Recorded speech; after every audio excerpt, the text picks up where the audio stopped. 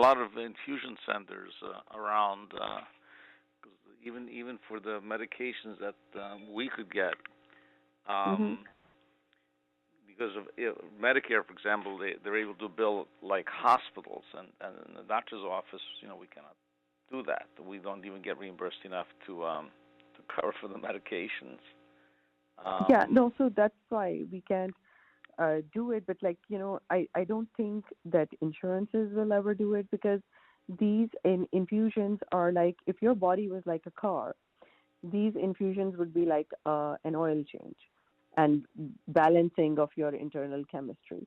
Um, so insurance, health insurance in United States is like car insurance.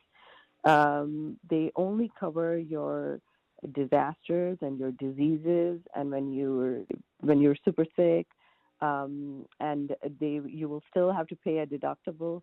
Similarly, just like your car insurance is only going to cover your accidents, and it's not going to cover your internal cleaning or oil changes or anything because they don't care, and they want you to buy a new car after a few years. However, as far as your body is concerned, there's no new body. This is the only you're born with a certain body, and it will last you until it doesn't. So taking care of it is supremely important. So why should an infusion be only covered by insurance when you're on the death's door in an emergency room? People should do this as a routine, but I get it that why insurances are not gonna understand for a lot longer than I don't think I'll be super happy if insurance starts covering it tomorrow. One other thing that I always recommend to all women is to try the supplements and make sure that you're on point with your supplements, especially as you're hitting your perimenopause and menopausal periods of life. well, Dr. Din, what kind of supplements specifically are you speaking about? So, in my practice, I like to use high doses of very potent antioxidants like vitamin C and glutathione.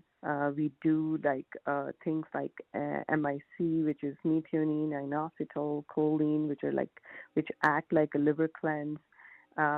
These are all water soluble vitamins and supplements that are completely safe. We introduce them into your system intravenously, and that just makes sure that their bioavailability in your body is 100%, and it's like a wash through for your skin and hair. Basically, the supplements that I have are um, carefully curated to help you with hair because hair restoration is a very personal interest for me. So, I do it for a different reason. However, these supplements are very important for perimenopause and menopause for women. So again, B12, B complex. We give like these days there are so many different cocktails that are available, and you will find that pretty much every doctor who works in the realm of integrative medicine or wellness or health will have their own concoction and cocktail. Mine is very much curated for skin and hair, but there are people who are doing very good things with it for arthritis, for fibromyalgia, and these are all natural, they're considered natural remedies. However, these are medications. Again, they're considered, even though they're vitamins, they're treated like medications, so we get them compounded by certified pharmacies in compounding pharmacies in United States, so they're completely controlled, and they're injected by doctors, at least in my office. But I know that there are nurse practitioners and PAs who offer this as you know as a wellness thing. Listen, when you get sick and you go to the ER, and they're gonna give you like a bag of just like plain fluid, and it's gonna cost you like $1,500 or at least $1,000, depending on which emergency department you're going to. One of the trends that I know is here to stay and has helped countless people over the last decade or so, and is like it's not finishing; it's here to stay.